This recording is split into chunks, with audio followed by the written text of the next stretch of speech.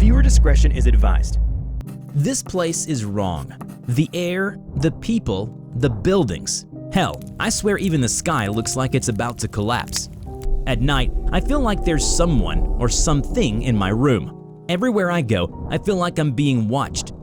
The locals here didn't seem to mind us at first. In fact, we even had a feast during the first day.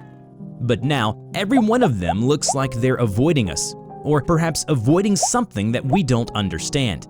They just look at us with their shifty eyes. I sleep close to the door because the wall at the end of the room gives off a dreadful feeling. I could hear something like a chanting or some sort of an eternal scream ringing faintly behind that awful painting. The walls feel suffocating. Sometimes I have nightmares about them coming alive and turning into walls of viscera and collapse, burying me alive. I see strange men in shrouds at the corner of my vision. I smell rot and decay. I hear them calling my name, Giuseppe, Giuseppe. I am losing my sanity. I'm leaving the TV on tonight so I don't feel alone. Lieutenant Frank Giuseppe, MTF Epsilon 6. Hello everybody, I'm the Rubber. Today, we bring you a SCP Foundation Presumed Neutralized Object, SCP-2480. SCP-2480, also known as an Unfinished Ritual, is speculated to be a dimensional anomaly centered around Bodfell Manor, located in a coastal and heavily forested town in Massachusetts, with a meager population of just over 9,000. Bodfell Manor was the home of Bodfell, a millionaire industrialist with an acute interest in the occult. Prior to his death, Bodfell was the leader of a secret society known as Adytum's Wake. It is hypothesized that 2480 is a dimensional anomaly that cannot be directly perceived unless the observer is under the influence of perception-altering pill. The Foundation became aware of the existence of 2480 after intercepting and decoding a distress signal broadcasted by the GOC, Global Occult Coalition, and promptly sent in an investigation team. 36 corpses were found scattered throughout the manor estate, 8 of which were later identified as GOC operatives.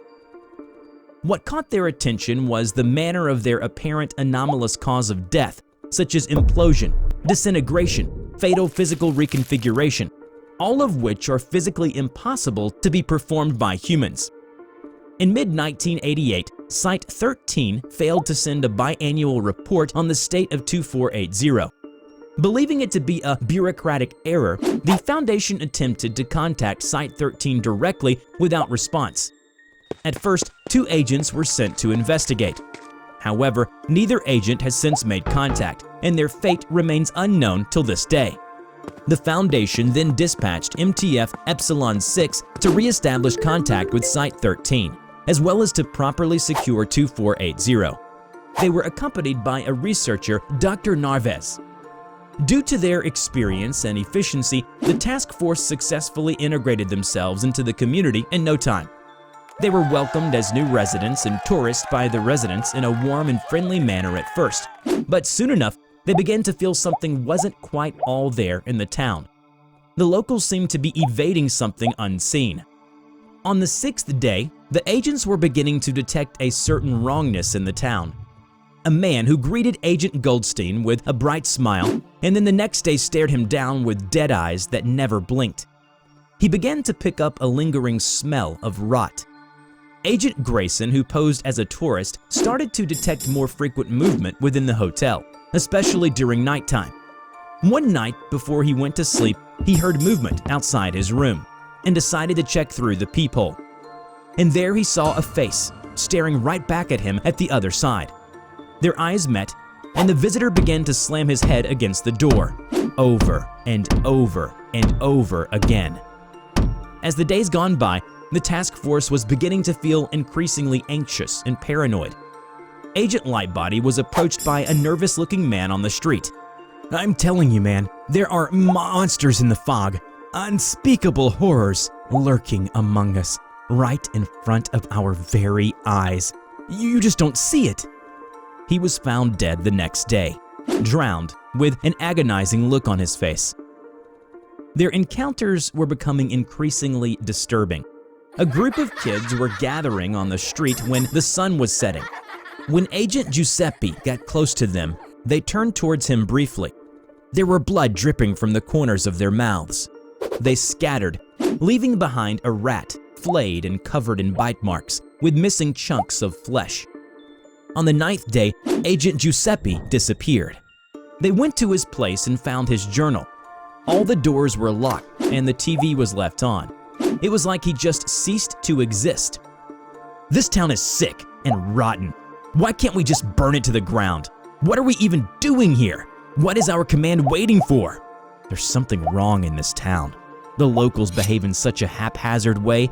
Hell, sometimes they seem to be hallucinating in the middle of the street. And what's more, Dr. Narvaez was trembling and sweating profusely. Meet me tomorrow morning in the town courtyard. There's something all of you need to see for yourself. The next day, they met up as arranged. The doctor handed a pill to each of the agents. This is a perception-altering pill. It'll let you see the truth behind this town. As they were about to inhale it, Dr. Narvaez said to them, "Whatever you're about to see, do not freak out, all right?" They nodded and took the pill. Minutes later, colors became more vivid to the agents, and soon a yellow fog cloaked the town. They began to see people in dark, hooded robes. Their outfits were composed of poorly stitched together leathers and hides. Their faces were obscured by the hood. Agent Lightbody averted her gaze away from them. The locals moved aside when the hooded figures approached. Never did they make eye contact. Agent Goldstein steeled himself and explored the town. He now saw the buildings in a state of ruin, covered in a pulsating flesh. The town church had been replaced by a massive, ancient black ziggurat, and the robed entities were prostrating themselves before the structure. One of the figures caught his attention. It was abnormally tall and was holding several unknown creatures by a leash. The creatures had small, unblinking yellow eyes. Their mouths displayed rows of needle-like teeth. Their flesh was pale, yet muscular. They gibbered madly and moved in a frenzied pace. A few of the creatures attacked the smaller one among them. They tore into its flesh with its talons and teeth as it squealed in pain. This is madness. Whatever you're seeing, to my eyes, it's just some kids bullying and kicking a smaller kid. Agent Grayson was slowly losing his sanity. He looked skyward and saw tall black spires towering ominously over the town. We need to go to Giuseppe's place. I need to see what it's really like there. They arrived at Agent Giuseppe's house. They perceived the house as it truly was, rotten, decaying, and covered in filth and blood. They searched the basement. It was an ancient root cellar. On the far end was a large spiral painting on the wall. As they attempted to touch it, their hands went through it. They walked through the painting and found themselves in a tunnel. Moments later, they reached the end and found themselves in an abandoned farmland. They realized that they've arrived at the Bodfell Manor. An air of dread was beginning to weigh on them. Soon enough, a silhouette of a massive humanoid shambled out of the thick fog. Its flesh was pale and flabby, its face dominated by a large, tooth-filled mouth. The entity was lacking in eyes, ears, and nostrils. Its teeth and three-fingered hands were heavily stained in what looks like pieces of human flesh. It charged at them. Agent Grayson warned the group, but it was too late for Agent Goldstein. The entity lifted him up with a single hand and bit down his torso. Never in their life have they heard a man's scream went silent so suddenly. They scattered and ran through the fields. Agent Lightbody found herself separated from the rest. The ground underneath her quaked, and she looked down. She saw not soil, but fragmented flesh, and crimson-colored tendrils burst forth and seized her by the ankle, pulling her into a hole far too small for any human. The sounds of her screams shot through the field. Fortunately for the rest, they were able to regroup and decided that they would leave the very next day. On the final day of the mission, when they were boarding their boat at the docks, suddenly Agent Grayson's eyes widened and was then turned to slurry in a flash, as if he was hit by a great invisible force. What remained of the team felt their lives were spared, as if it was a warning from an unseen force, trying to tell them how easily it could do this to them. As the boat left the dock, the doctor noticed a crowd had formed at the bay. They looked on with faces that spoke to him of desperation, as well as the terror and madness of a town where unseen horror lurks. Remember to check out my new animation channel, The Rubber Talks, where I share my life story, thoughts, and opinions. Just click on the link in the description to enter the Rubber's world. I hope you enjoyed today's video. Which SCP do you want to see in the next video and why it is interesting? Let us know in the comment below. We will draw your story and share it with the world. Don't forget to click like, subscribe to the channel, and hit the bell. Please share it to your friends if you like this video. Thank you so much for watching, and we will see you in the next video. Bye-bye.